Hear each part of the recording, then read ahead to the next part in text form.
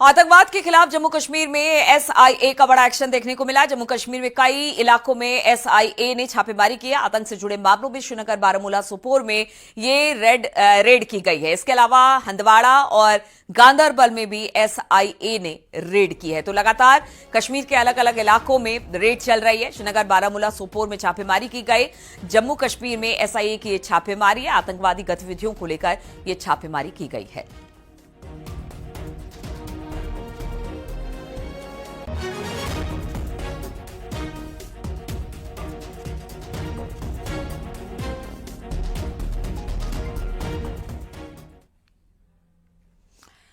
Operation Sindoor के बाद पाकिस्तान ने अपने नुकसान को छिपाने की भरपूर कोशिश की, लेकिन वो इस नुकसान को दुनिया के सामने आने से नहीं रोक सका। अब खुद पाकिस्तान के प्रधानमंत्री शहबाज शरीफ इस बात को कबूल कर चुके हैं कि ऑपरेशन सिंदूर के दौरान पाकिस्तान को भारी नुकसान पहुंचा। शहबाज शरीफ का एक वीडियो जमकर सोशल मीडिया पर वायरल हो रहा है, जिसमें शहबाज शरीफ कबूल कर रहे हैं कि जिस दिन ऑपरेशन सिंदूर को अंजाम दिया गया उस रात करीब 2:30 बजे उन्हें जनरल आसिम मुनीर का फोन आया, जिसमें उन्हें जानकारी दी कि भारत ने नूर खान एयरबेस समेत कई अहम ठिकानों पर बमबारी की है और इस बमबारी को काफी नुकसान भी पहुंचा है।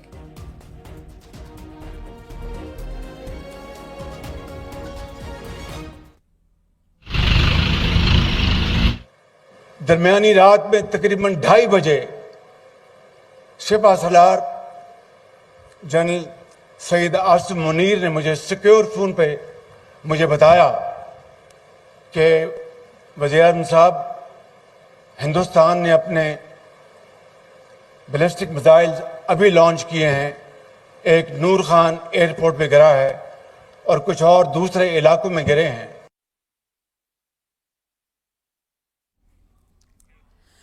उधर पाकिस्तान से जुड़ी एक और जानकारी सामने आई है। जब पाकिस्तान पर ऑपरेशन सिंदूर की तरफ से हमले हो रहे थे, तब पाकिस्तान के प्रधानमंत्री शहबाज शरीफ स्विमिंग कर रहे थे। शहबाज शरीफ ने सीजफायर की बात करते हुए कहा कि जब सीजफायर के लिए आर्मी चीफ आसिम मुनीर ने फोन किया तब वो तैराकी कर रहे थे, यानी जब पाकिस्तान जल रहा था उस पर ऑपरेशन सिंदूर से प्रहार किया जा रहा था, तब पाकिस्तान के प्रधानमंत्री अपने आरामगाह में आराम फरमा रहे थे। यहां रोमन सम्राट पर मशहूर कहावत सटीक बैठती है कि जब रोम जल रहा था तो नीरो सुख और चैन की बांसुरी बजा रहा था।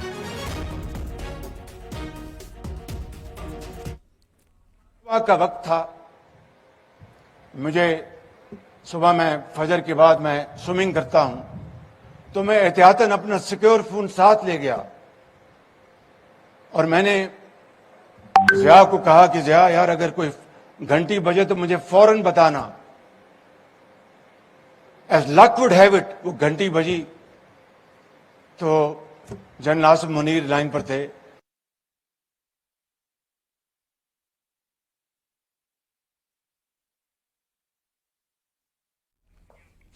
वही भारत की स्ट्राइक से घरवार पाकिस्तान इस बात को भी कबूल कर चुका है कि अमेरिकी राष्ट्रपति की दखल के चलते एक बड़ी तबाही होने से बच गई।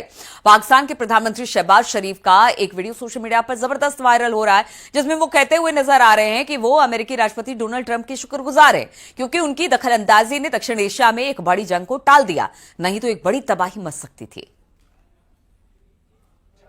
His path-breaking and strategic, but above all, I would like to mention and thank President Trump for his very brave leadership and his vision that peace must be restored in South Asia sooner rather than later, and as a result, his path-breaking and strategic leadership, I think, did the trick and averted a very lethal looming war in this part of the world.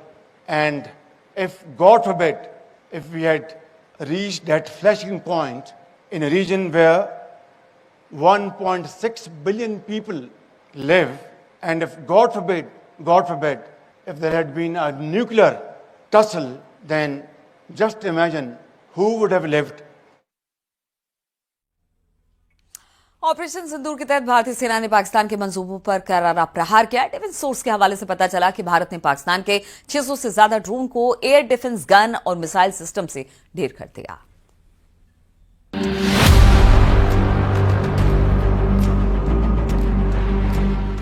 रक्षा मंत्रालय के project आकाश तीर की भी चर्चा तेज हो गई है, क्योंकि सेना के मुताबिक पाकिस्तान की तरफ से किए गए हमलों के दौरान प्रोजेक्ट आकाश तीर गेम चेंजर साबित हुआ। सेना के मुताबिक प्रोजेक्ट आकाश तीर के जरिए ही भारत की तीनों सेनाओं ने मिलकर पाकिस्तान के छक्के छुड़ा दिए।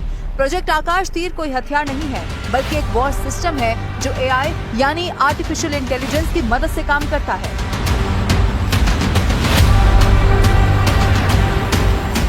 यानी साहस के साथ तकनीक का सहारा लेकर भारत की फौज ने दुश्मन को मिट्टी में मिला दिया।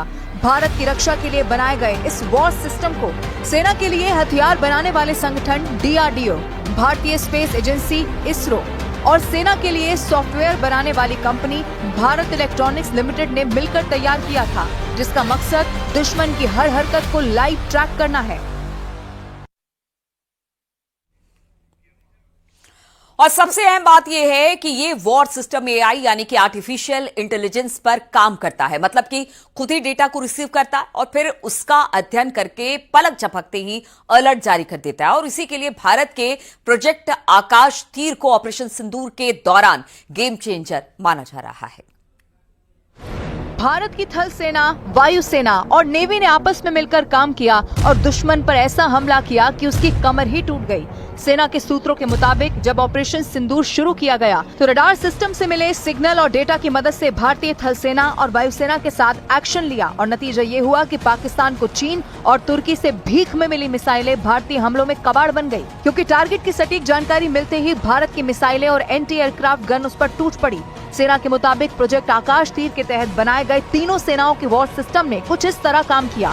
जमीन पर थल सेना और वायुसेना के रडार को integrated control and command centre से जोड़ दिया गया था।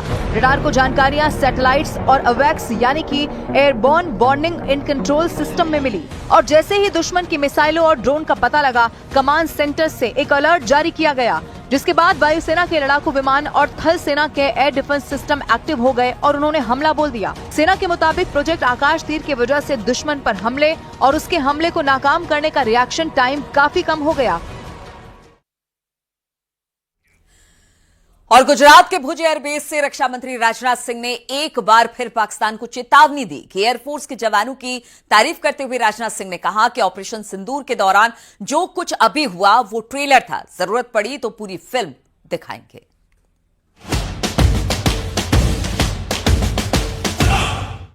भुज एयरबेस पर रक्षा मंत्री राजनाथ सिंह की ये उन महाबलियों से मुलाकात की तस्वीर है जिन्होंने ऑपरेशन सिंदूर के दौरान न सिर्फ अपने जबरदस्त कौशल का प्रदर्शन किया, बल्कि अपनी हदों में रहकर आतंकी अड्डों और दुश्मनों के 10 से ज्यादा एयरबेस को तबाह कर दिया। यही वजह है कि रक्षा मंत्री राजनाथ सिंह उनके बीच पहुंचे और एक बार फिर पाकिस्तान को सीधी चेतावनी दे दी। साथियों, एक और बात मैं यहाँ साफ कहना चाहूंगा कि ऑपरेशन सिंदूर अभी खत्म नहीं हुआ है। जो कुछ भी हुआ वो सिर्फ एक ट्रेलर मात्र था।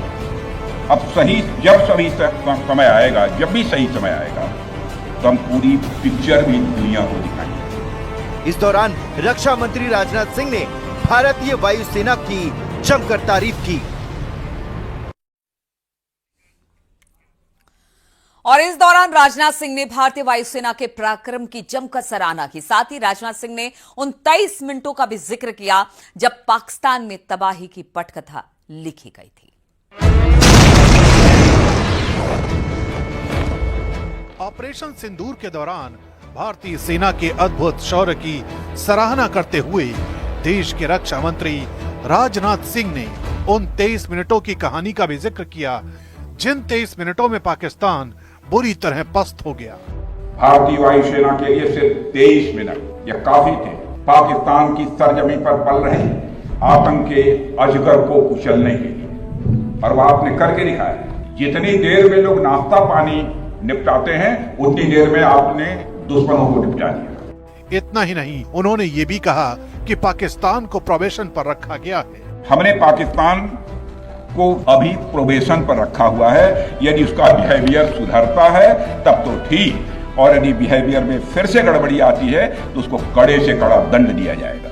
यानी मैसेज साफ, सुधरे तो ठीक, वरना और भयानक अंजाम भुगतने के लिए तैयार रहो। AIMIM नेता असदुद्दीन ओवैसी ने पाकिस्तान पर एक बार फिर से हमला बोला है। ओवैसी ने कहा कि पाकिस्तान सुधरने वाला नहीं है। आप दुआ कीजिए कि अल्लाह पाकिस्तान के दुम को सीधा रखे, नहीं तो वक्त आने पर और सीधा करना पड़ेगा।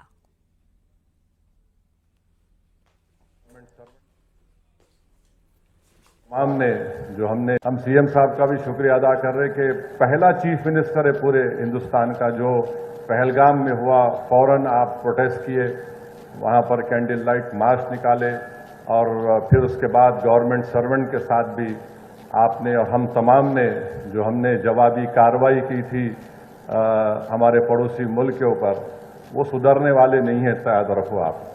अब आप दुआ करो, हज को जा रहे, अल्लाह उनकी दुम को सीधा करे, वरना फिर वक्त आएगा उनको और सीधा करना पड़ेगा।